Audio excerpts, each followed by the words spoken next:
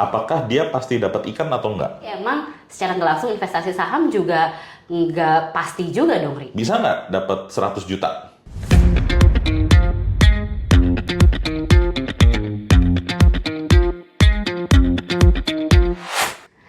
Halo Brances, jumpa lagi di Bedpot Batavia Podcast di segmen 5 menit aja dengan saya Tias dan juga Eri. Halo Ri. Yes, Nah, gimana Yes? kali ini Ri, aku tuh ingin mewakili pertanyaan Bro Anses terkait kelas aset investasi yaitu obligasi dan juga saham. Oke. Nah, karena kayaknya beberapa dari Bro Anses tuh ada yang nanya, kayaknya lebih menarik investasi di obligasi karena Daripada dia saham. dapat fixed coupon gitu ya dibandingkan dengan saham yang kayaknya untungnya kayaknya agak lebih susah gitu ya. Cari untungnya saat ini. lebih susah gitu Cari ya. untungnya lebih susah. Nah, tanggapan Eri menurut Eri gitu ya, dari sisi saham dan obligasi itu gimana, Ri? Oke, nah untuk kali ini mungkin saya pengen pakai perumpamaan seorang nelayan gitu ya. Wih. Iya. Jadi kalau kita ngomongin nelayan itu misalkan punya solar 100 liter gitu ya. Ya. Ya, nelayan itu kan kebutuhan utamanya zaman now kan solar ya. Ya. Kalau zaman dulu pakai angin. Pakai angin. Sekarang Kalau sekarang mesin semua ya, ngelautnya pakai motorboat ya. Jadi harta yang paling berharga buat nelayan itu adalah solar. Ya. Nah, sekarang kalau seorang nelayan punya 100 liter solar, dia punya dua pilihan kan. Iya. Saya jual solarnya ke truk, pabrik, atau siapapun yang membutuhkan, nelayan lain mungkin, untuk dapetin suatu angka atau suatu hasil yang pasti, tergantung harga solar pada saat itu. Iya. Atau 100 liter solar itu saya pakai buat ngelaut.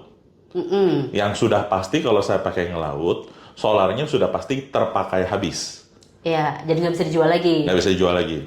Untuk mendapatkan hasil tangkapan ikan. Iya. Nah, pertanyaannya, apakah kalau seorang nelayan melaut dengan mengorbankan solar 100 liternya yang tadinya dia bisa jual, apakah dia pasti dapat ikan atau enggak? Enggak. Tapi bisa dapat ikan nggak? Bisa. Tapi tidak tentu. Iya. Betul. Nah, itulah bedanya antara solar yang dijual sama solar yang dipakai buat ngelaut. Oke, iya. Kalau iya. solarnya dijual, itu seakan-akan obligasi.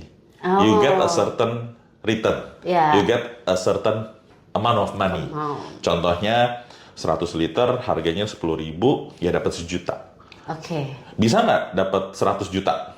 Ekstrim ya, 100 juta. Nggak mungkin sih. Hampir nggak Iya, mungkin hampir lah. nggak mungkin. Karena seliternya harus 1 juta. Iya. Siapa yang mau beli juga Iya, ya, siapa yang mau ya. beli juga, betul. Nah, tapi kalau ngelaut, ya 100 juta gak ganda. Tapi ya udahlah, anggaplah 100 juta. Mungkin nggak? Mungkin. Mungkin. Iya. Walaupun belum tentu. Iya, betul. Tapi betul. seenggaknya kita ngomong angka yang lebih normal aja deh.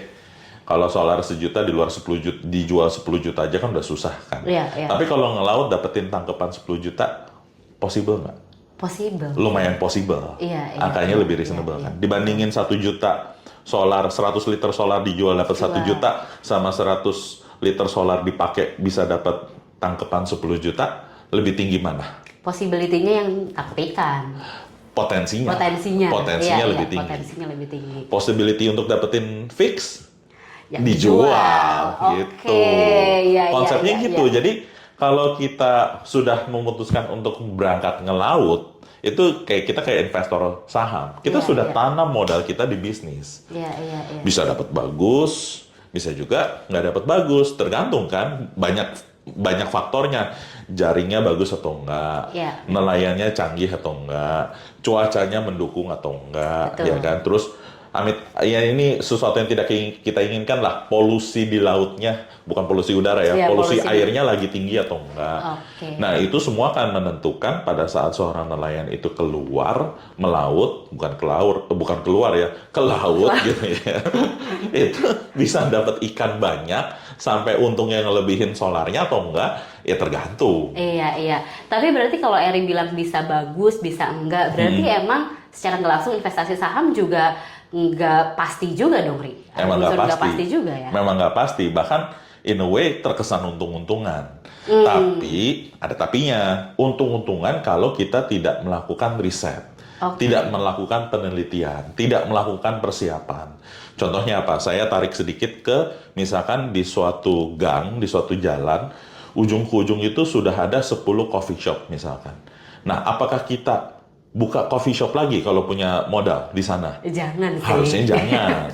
mungkin yang lain lah, ya donat kek, pizza kek, atau warung nasi kek, something yang komplement si kopi-kopi yang udah 10 toko di gang itu. Iya, iya, Nah, iya. kalau balik ke perumpamaan kita tentang cerita si nelayan Nelayan. tadi, ya kalau kira-kira badai, hujan, ya kita nggak ngelaut juga Iya, gitu kan. iya, iya. Ikannya pasti minggir semua di bawahnya. Supaya possibility-nya lebih besar ya. Possibility-nya menjadi lebih baik. Oke. Kalau misalkan kita tabrak aja gitu kan ya, atau hajar bleh begitu, ya itu jadi untung-untungan. Iya, iya, gitu. iya, iya. Berarti supaya nggak untung-untungan, ya harus ada research juga kalau di saham ya, Rik ya. Nah, itu balik ke selera risiko kita kan. Apakah kita willing nggak sih untuk sacrifice modal di tangan untuk dapetin suatu potensi dibandingin sama modal di tangan kita serahkan untuk mendapatkan hasil yang lebih pasti. Itu pilihan. Oke, aku lebih tergambar nih Rik, sekarang nih. Nah, gimana Bro Enses? Semoga Bro Enses juga lebih memahami gitu ya dari sisi karakteristik saham dan obligasi itu sendiri.